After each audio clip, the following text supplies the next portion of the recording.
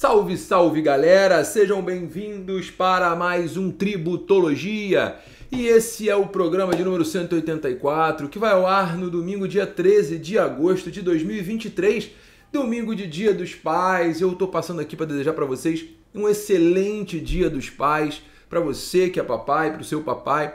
E lembre-se, a relação de uma criança com o seu pai é uma relação construída. A relação da mãe com o filho não, é uma relação de pele, de cheiro. Agora, com o pai, ou você faz a sua parte, ou pode ter certeza que seu filho não vai dar papo para você. Mas vamos ao direito tributário, que é o objeto do Tributologia de hoje, senhoras e senhores.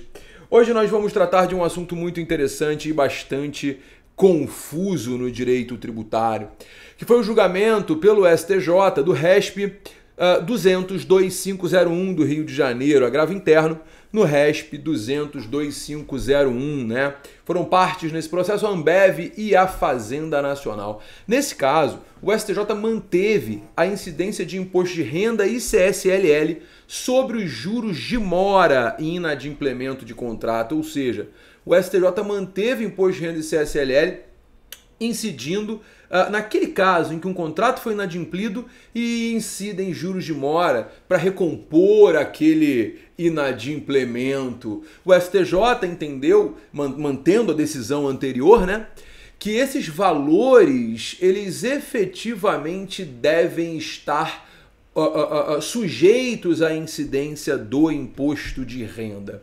O que eu acho curioso nesse caso concreto é que, veja, qual é o conceito de renda, né? Qual é o fato gerador do imposto de renda? O fato gerador do imposto de renda é auferir renda. É auferir renda ou disponibilidade econômica de qualquer natureza. Esse é o conceito do imposto de renda. Para que haja, né, o fato gerador do imposto, deve haver renda ou disponibilidade econômica. E o STF, atenção, preste bem atenção, tá? O STF... ele julgou um assunto muito interessante. O STF ele julgou a questão da incidência ou não, né, do imposto de renda sobre juros de mora, imposto de renda e CSLL, sobre... na verdade não foi juros de mora, o caso do imposto de renda foi repetição de indébito, né? Repetição de indébito. O STF ele entendeu que é inconstitucional a incidência de imposto de renda e CSLL sobre os valores relativos a Selic recebidos em razão da repetição do indébito.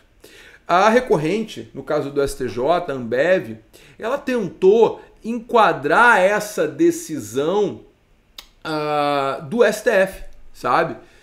Esse tema, 962, foi julgado pelo STF no sentido de que a taxa Selic, ela não é aumento patrimonial, né? Quando o contribuinte paga um tributo indevidamente, ele recebe de volta pela Selic, ele está sendo recomposto por uma perda.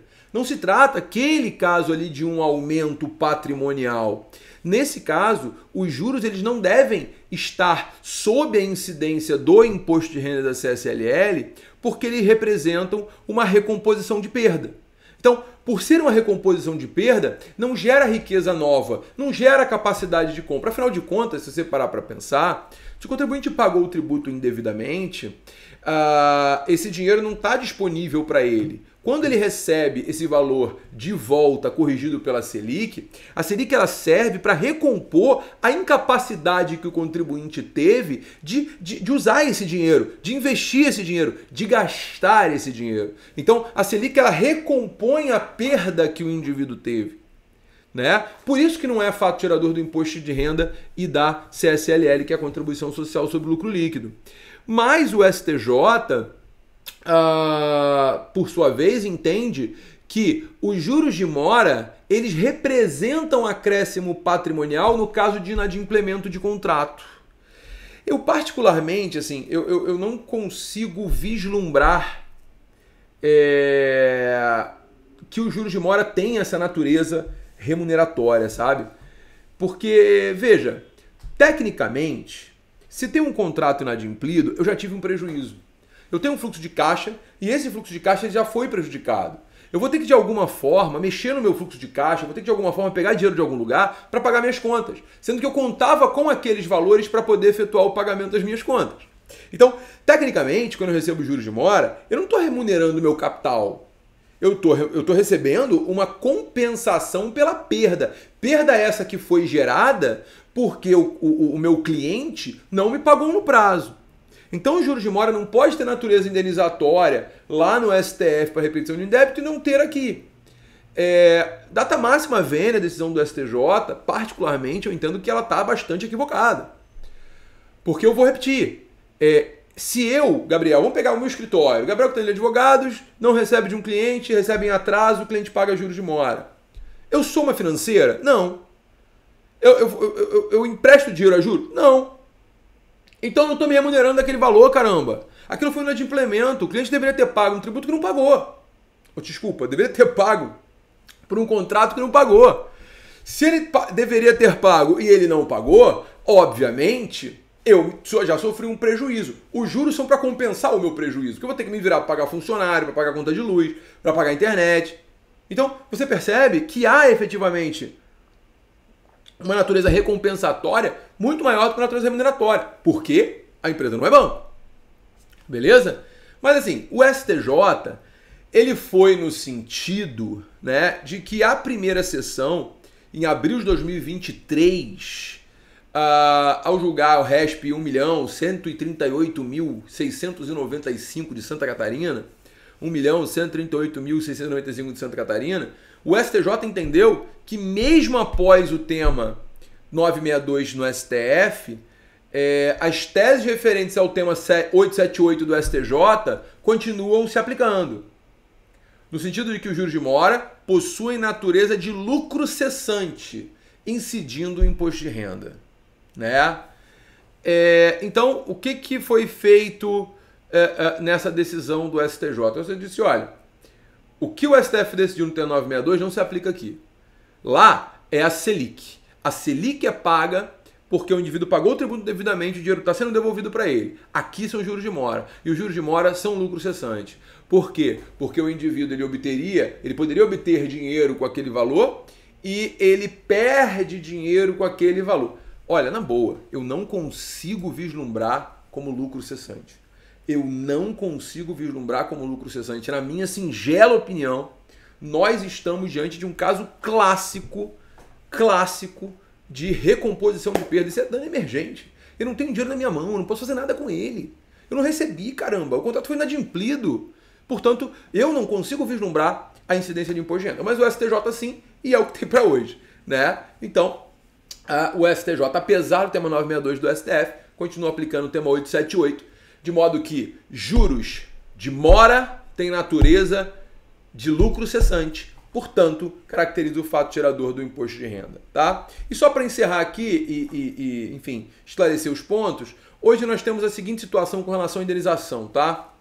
Imposto de renda sobre dano moral não incide. Súmula 498 do STJ. Tá? Não se trata de um aumento patrimonial, se trata de uma recomposição de perda.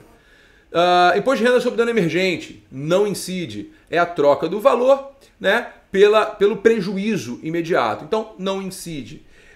E além disso, imposto de renda sobre lucro cessante. Nesse caso, incide, porque o lucro cessante, e aí eu concordo realmente, o lucro cessante é o montante qual o indivíduo ganharia, teria de aumento patrimonial, e ele, por algum motivo, deixou de ter, e ele vai ser recomposto.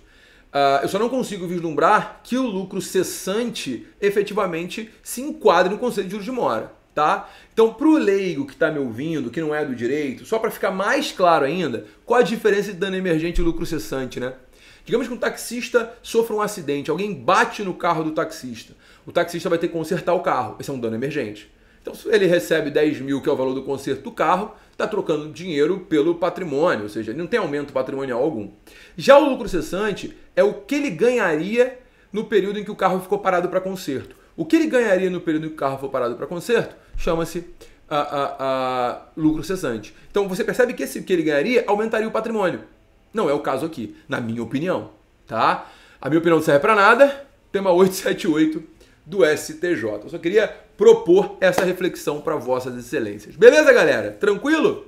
Direto e objetivo. Esse foi o Tributologia Dia dos Pais, até para que você possa curtir com a sua família este domingo muito especial. Senhoras e senhores, muito obrigado. Se você gostou, dá o seu like, curta, compartilhe o Tributologia para que a informação tributária chegue ao maior número de pessoas possível, com qualidade, conteúdo e origem. Muito obrigado, foi um prazer estar com vocês por mais essa semana e até semana que vem. Um beijo, galera. Tchau, tchau.